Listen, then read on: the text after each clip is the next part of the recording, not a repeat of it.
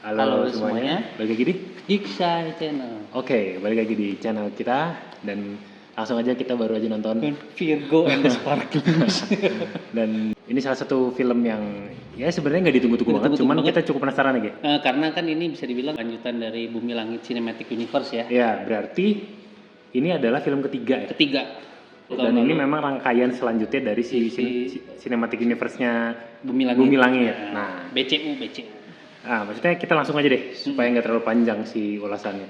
Ini kalau kita lihat teman-teman gambarnya, filmnya colorful banget sih. Ya, memang kelihatan sih dari review, dari trailer aja. Trailernya. Walaupun trailer gue juga nggak nonton sih gue. Nonton. Dan ini tuh bisa dibilang ini mah belak-belakan aja, mungkin bukan segmen pasarnya kita. Cuman penasaran aja gitu. Yeah. Secute apa sih filmnya kalau ngeliat view-nya yang kemarin pertayangan perdana gitu kan. Ya, dari lu udah sempet lihat ulasan-ulasan awal belum? Kalau dulu. Sebenarnya gue sih gue hindarin kalau gue. Waktu itu sebenarnya ada yang kayak secret show gitu di Bandung malah. Oke. Oh iya.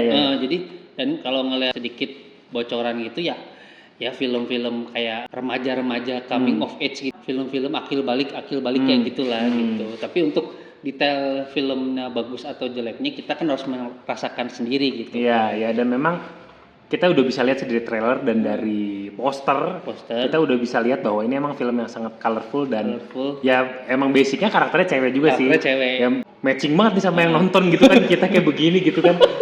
Anjing, aneh banget. Nah, memang dari mungkin dari awal dari awal ke pertengahan kita udah bisa menangkap bahwa target audiens dari film ini bukan kita. Ya. Cuman memang menurut gua sih masih bisa dinikmati. Bisa dinikmati. Ya sih. Walaupun memang ada beberapa yang agak geli-geli ya. Agak geli-geli. Karena kan memang apa ya dari apa love interest-nya juga kan anak muda banget. Walaupun menurut gua sebenarnya yang patut diapresiasi adalah actingnya menurut gua. Natural nggak sih? Natural. Jadi dari para cast-nya, khususnya main karakternya ya. Kalau misalkan yang pendukung-pendukungnya ada beberapa yang agak-agak hit and miss gitu ya. Gitu. Cuma kalau yang main karakternya menurut gue cukup mencuri perhatian ya. Nah, khususnya yang kalau teman-teman tahu mah tokoh utamanya Riani, Usi sama Monica itu sama Sasmi itu pas banget lah itu mereka berempat si gengnya ini ya. Ya memang kalian kita singgung sedikit plotnya memang ini ya umumnya cerita umur SMA ya pasti punya geng lah. Geng main lah ya.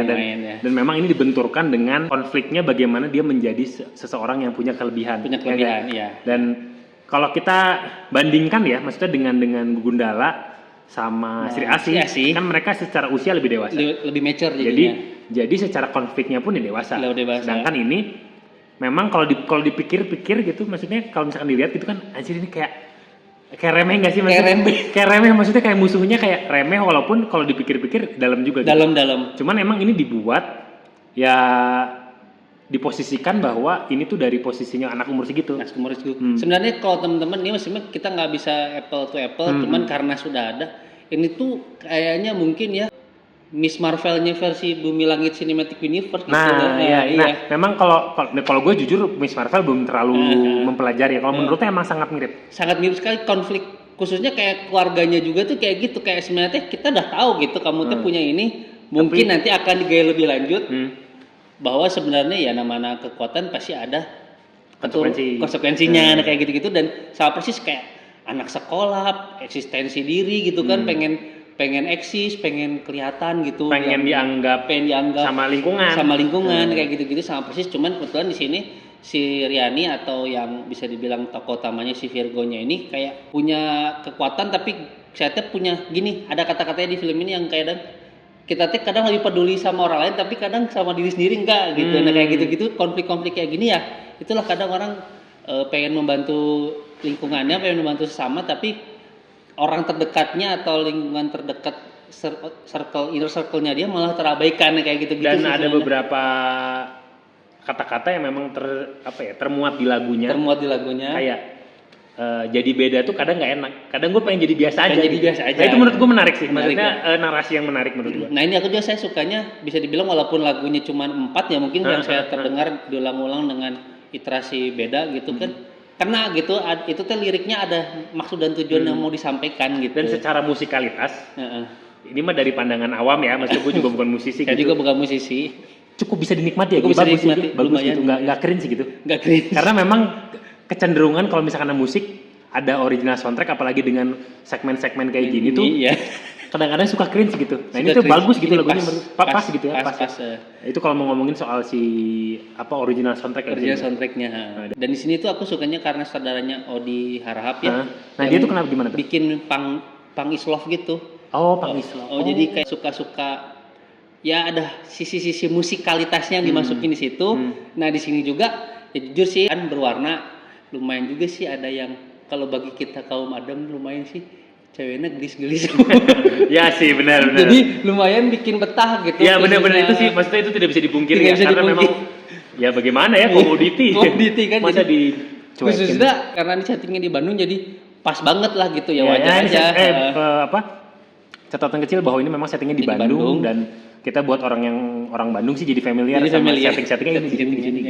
Jadi di sini kenanya kayak agak grounded gitu ya. Jadi kalau kayak Gundala sama Sri Asih kan musuhnya bisa dibilang rada mistis gitu. Betul. Kalau ini ya grounded lah gitu. Mungkin nanti akan digali lebih lanjut di berikutnya gitu kan. Cuman kena lah gitu. Jadi di sini bener remeh.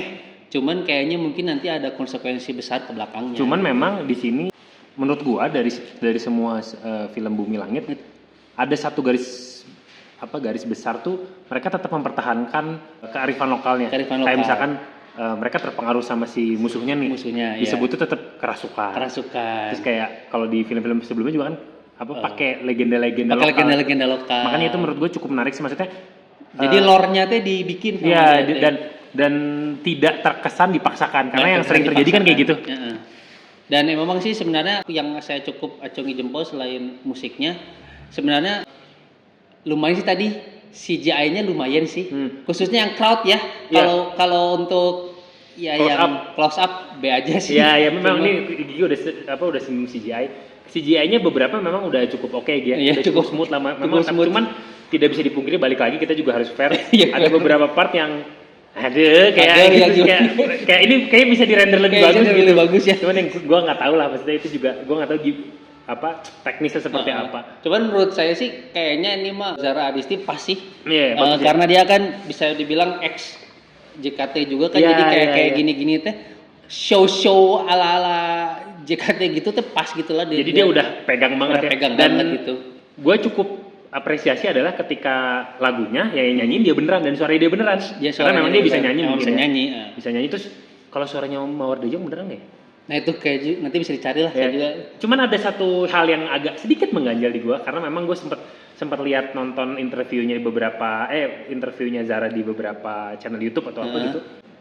Kan sebenarnya mereka nggak bisa terlalu main musik, gue yakin tuh. Iya. Ya nggak sih, Zara juga bilang nggak bisa main gitar. Iya.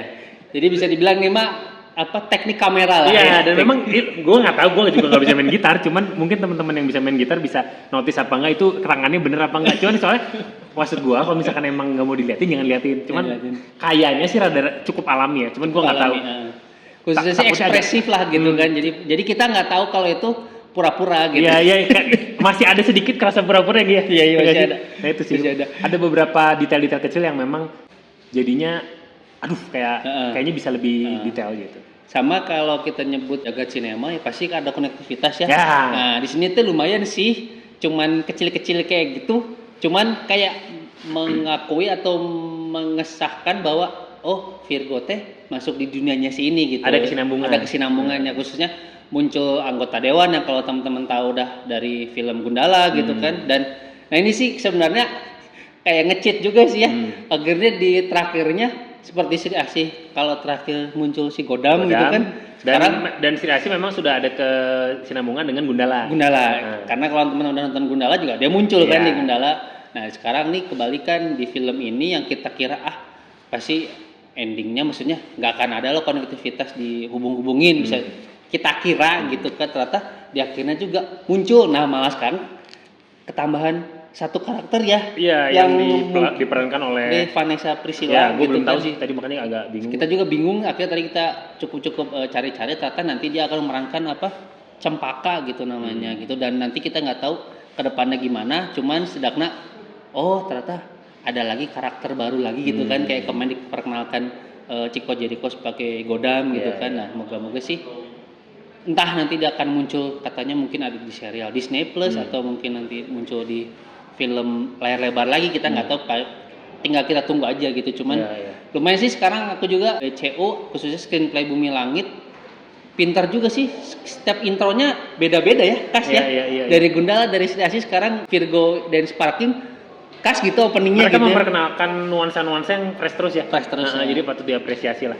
Walaupun masih ada hit and miss tadi. Iya benar. Dan jadinya menurut gua ya gua nggak tahu, mungkin dari sudut pandang penonton-penonton yang lebih muda mungkin bisa memberikan penilaian yang lebih enak gitu ya. Enak. Karena mungkin itu tadi sih. Ini teh kalau saya boleh lancang kayak nonton Saksit sih.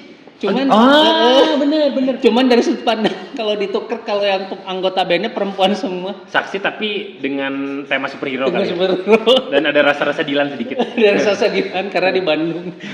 Dan ada ya pasti ada romance lah. Cuman ya biar ke hook gitu kan. Saya lumayan lah ini film cute sih. Cute ya. Cute apa secara keseluruhan kesimpulannya cute ya? Cute. Ya balik lagi ya, maksudnya ini walaupun agak tidak matching dengan kita yang nonton ya, cuman ya tetap bisa dinikmati. Bisa dinikmati. Nonton cewek-cewek good looking. Good looking ya, makanya itu yang bikin betah gitu. Iya. Nah kalau secara rating nih, kalau kita bisa. Kalau jujur sih ya kalau secara ini jelas sih di bawah Sri Asih sih. Cuman kalau saya paling tinggi masih Gundala nggak sih menurut gue ya? Kalau ke saya masih Gundala. Masih benar. Jadi bisa dibilang emang startnya pas banget lah itu Gundala. Iya. Dan kalau menurut saya sih di sini mah di 7,1 lah kalau saya. Ya saya 70. Ya entertaining lah. Entertaining aja gitu. Maksudnya nggak sampai mengecewakan gitu. Karena cuma walaupun memang kita ngeset ekspektasinya juga udah ya rendah. Kan hati-hatilah gitu karena ini kita udah tahu lah. Udah tahu. Komedinya juga komedi. Ya, komedinya. Oh tuh, komedinya juga yang bikin ketawa sih, cuman kayak untuk orang seumuran kita mungkin kayak ya gitu ya. Jadinya tapi tetap menghibur ya. Tetap sih kalau dari saya untuk Virgo and the Sparkling ini pas lah. Ya walaupun secara penonton tadi sih kita lihat animonya nggak terlalu gimana ya. Mungkin kita ngambil yang paling malam juga kali ya. Oh iya benar. Dan saingannya sama superhero Marvel soalnya lagi tayang barengan gitu kan. Masih tayang ya. Jadi ya itu tantangan tersendiri lah. Kan buat teman-teman mungkin menurut gue sih masih layak buat ditonton. Khususnya karena ini kan apa ya, kayak semi agak konser gitu kan ya, khususnya kalau mereka tampil tuh kayaknya audionya bioskop tetap pasti keren sih, nggak ada yang ngalahin. Oke, kayak gitu aja. Mungkin teman-teman bisa nonton sendiri lah kalau mau nilai sendiri gitu ya. Kalau emang agak ragu ya nunggu aja nanti di OTT. Oke, kalau gitu sekian impresi awal dari kita. Jangan lupa subscribe, share ke teman-temannya. Oke, sampai jumpa di video selanjutnya. Bye bye.